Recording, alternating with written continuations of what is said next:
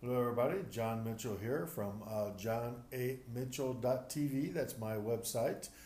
Please check it out. If you like my videos, please do go ahead and subscribe on my YouTube channel and like. And feel free, of course, to leave your comments on the channel. Today is the 10th of July, July 10th, 2015. And today I have several smaller items that I've compounded into this one big video. It's a big video mashup, Friday, July 10th, 2015. And, today, one of the big things that happened today, I don't know if people realize this or not, but today the Fifth Circuit Court of Appeals heard oral arguments about Obama's immigration plan, executive orders. Now, I know immigration is a big issue. It's a big hot button issue. A lot of people have, feelings, strong feelings one way or another about that. And I had a few thoughts I wanted to just go ahead and share.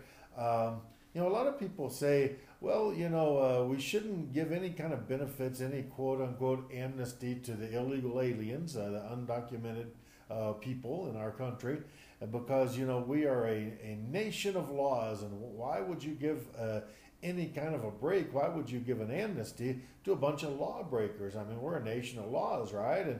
And yeah, that's mostly true. Mostly true. Yeah, we're a nation of laws. About an interesting article here. This was from a couple of months ago, happened in Vermont. I'll show it here. Says thousands turn out for ticket amnesty day. And, turns out that Vermont said, look, free pass, basically, come in, pay some of your fines, and we'll erase the other fines. And we're going to give people a chance to get, to get in and get right and do what, do what they have to do to get their traffic tickets, get their warrants wiped away, get their driver's licenses unsuspended, and all that good stuff. Now, it's all well and good to be a nation of laws and all. Laws aren't perfect. Laws are written by human beings, and they're supposed to be complied with by human beings. But guess what? Humans, aren't perfect. Humans aren't perfect, and we all need, to catch a break every now and then, I'd say. And, lest you think this just happens in Vermont, when you look up traffic ticket amnesty on Google, I just did, and it came out with 71,600 results.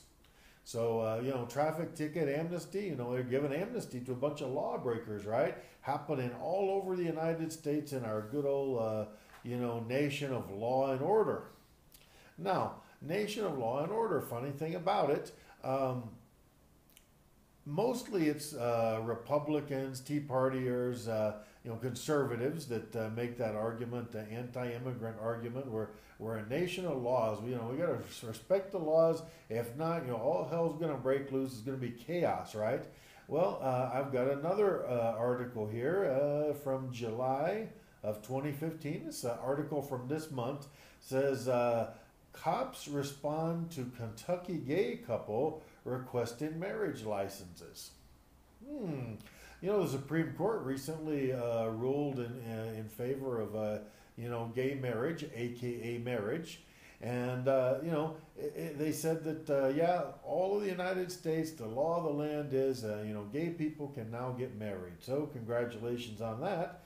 Now these two guys that's the subject of this article says that they went with a copy of the Supreme Court ruling in addition to Kentucky Governor Steve Beshear's executive order requiring all county clerks to issue marriage licenses. There was a video taken. It says in the video, employees appear to ignore the legal documents provided, continuing to refuse the couple's request for a marriage license, while County Clerk Davis hid in the back office. So, I guess, which way is it? Republicans, which way is it? Conservatives, are we a nation of laws? I mean, do we respect the law, or maybe do we get to pick and choose which laws we want to respect? I don't know. Now, funny, you're going to say, okay, well, religious objection. Now that's the objection that Texas Attorney General Ken Paxton gave, and here's an article about that. Okay, says right here, Texas Attorney General says county clerks can refuse gay couples. What? How's that? I mean, didn't the Supreme Court just say, it's okay, okay, gay people can get married and it's all cool, it's all good?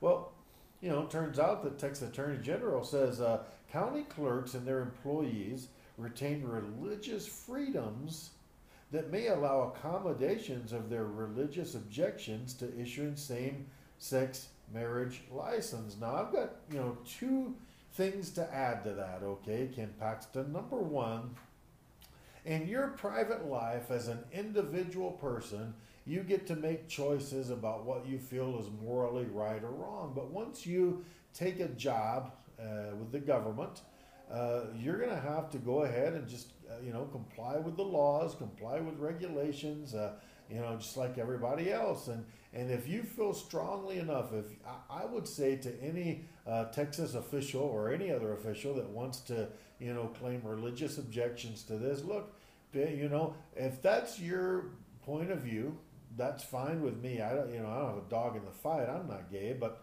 look, I think that if you're gonna claim religious objection, well, if your religion is really that strong, we ought to just go ahead and resign.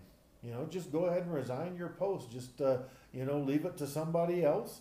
And because the thing about it is, public officials, public offices like this, they are paid for by the taxpayers of gay and straight. And so, I mean, if you do your tax return and it says, hey, special tax discount because of being gay, because they're not giving you equal services that are giving everybody else, well then, okay, I guess we have a discussion about that. But, they charge equal taxes to everybody, gay or straight. They don't, check off a little pink or blue check box on your tax form when you're filing your taxes. This I know because I'm a tax guy. And so, they ought to just go ahead and comply with the law. I mean, we're a nation of laws, right? Now, one last thing. You're going to say, okay, religious exception. Okay.